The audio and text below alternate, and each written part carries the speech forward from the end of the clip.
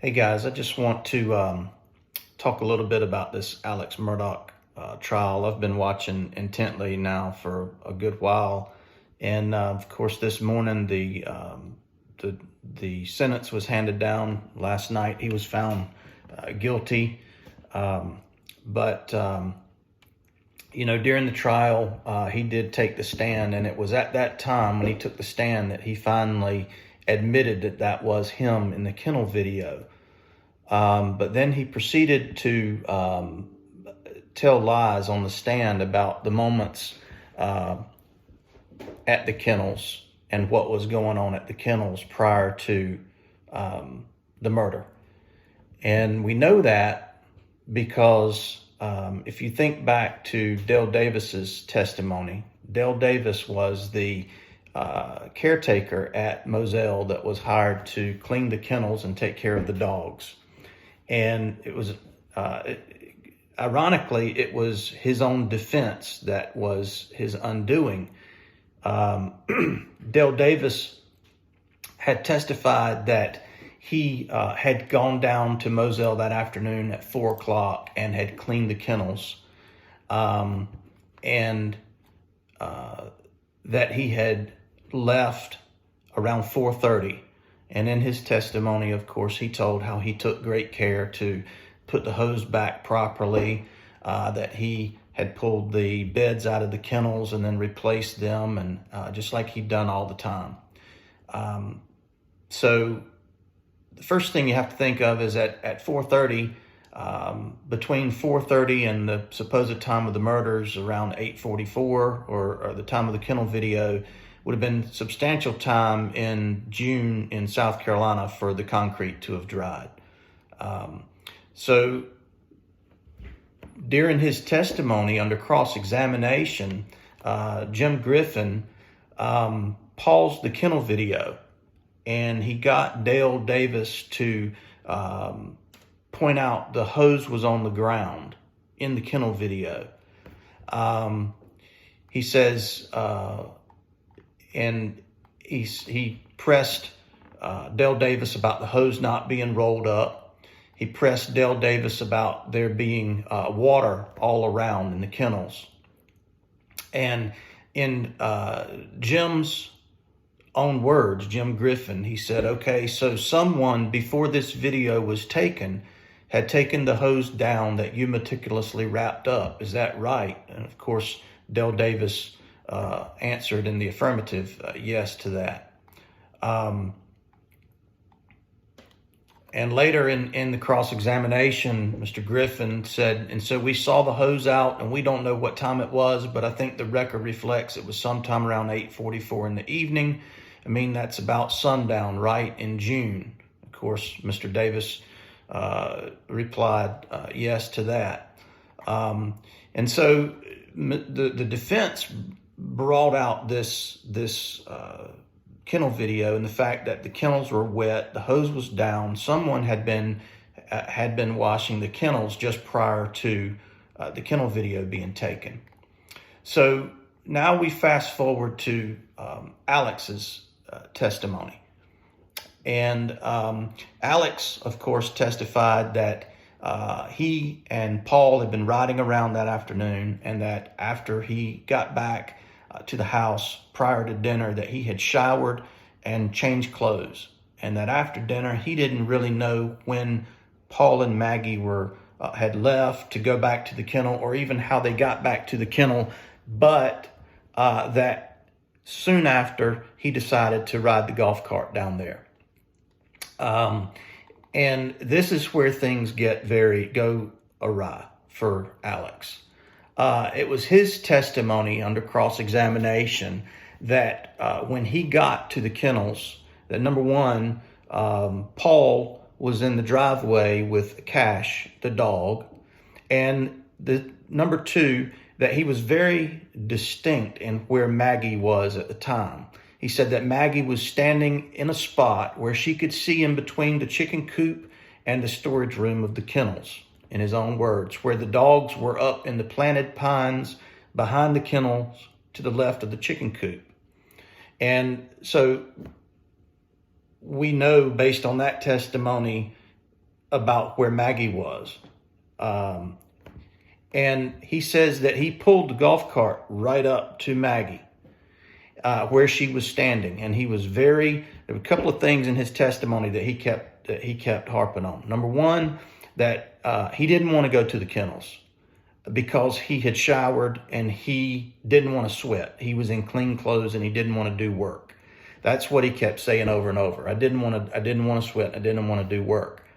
And the second thing is that he never got off of the golf cart.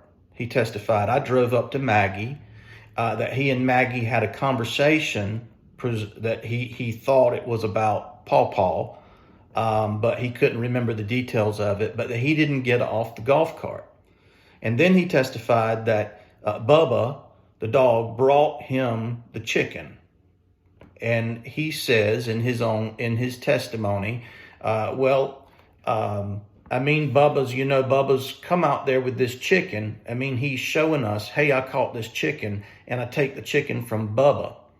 He came up by the golf cart and he came up to Maggie and I, which I was on the golf cart. She's by the golf cart. I mean, he's not coming to the golf cart, but he's coming to us.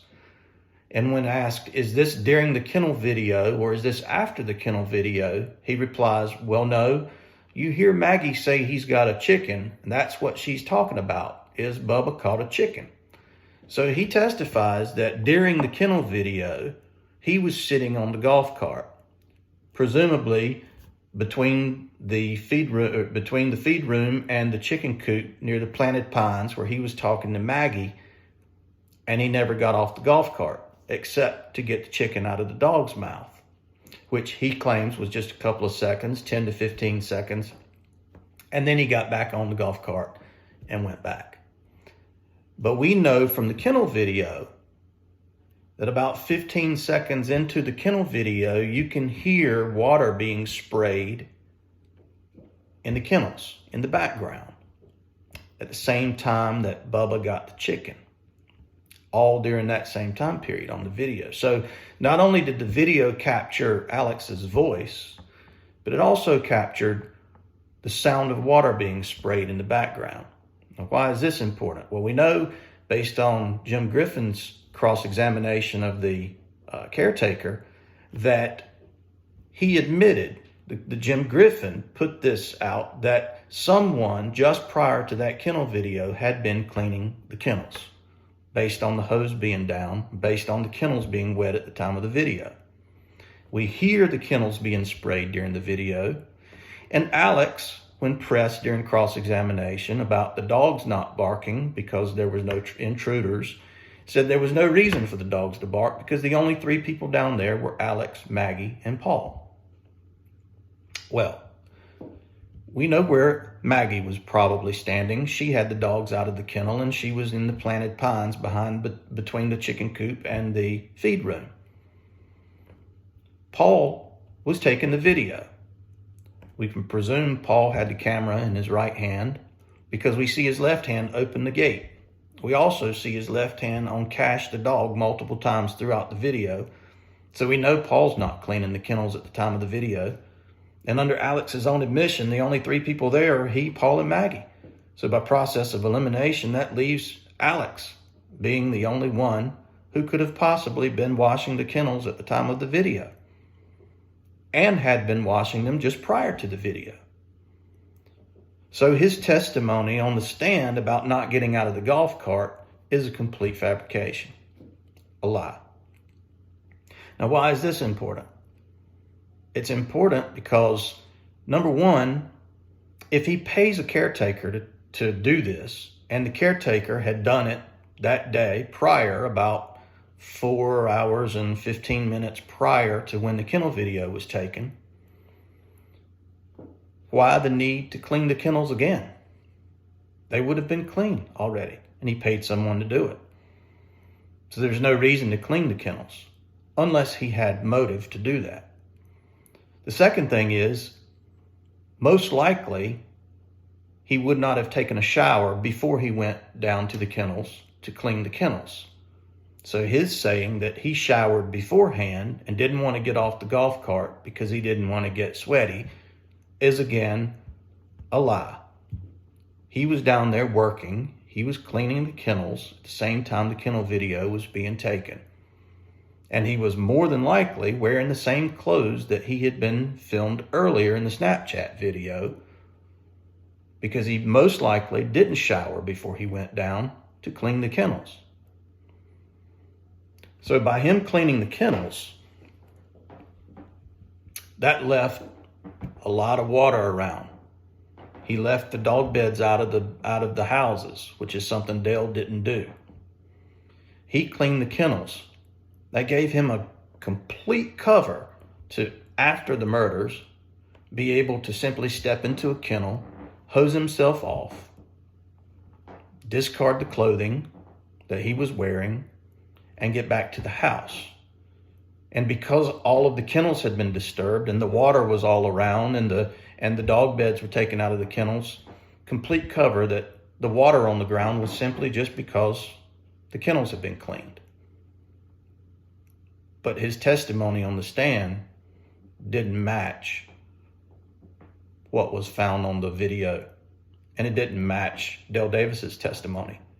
And it didn't match what Jim Griffin had asked Dale Davis under cross-examination.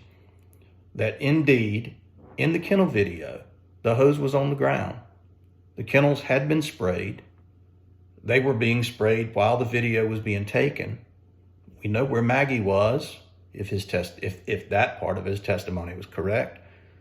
We know where Paul was. He was taking the video. It had to have been Alex spraying the kennels, not sitting in the golf cart.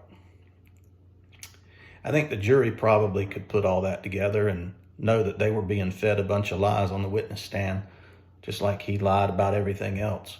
But he had a chance to concoct his story, and when he got on the witness stand, he concocted a story that unfortunately just didn't make sense based on the evidence that was already out there.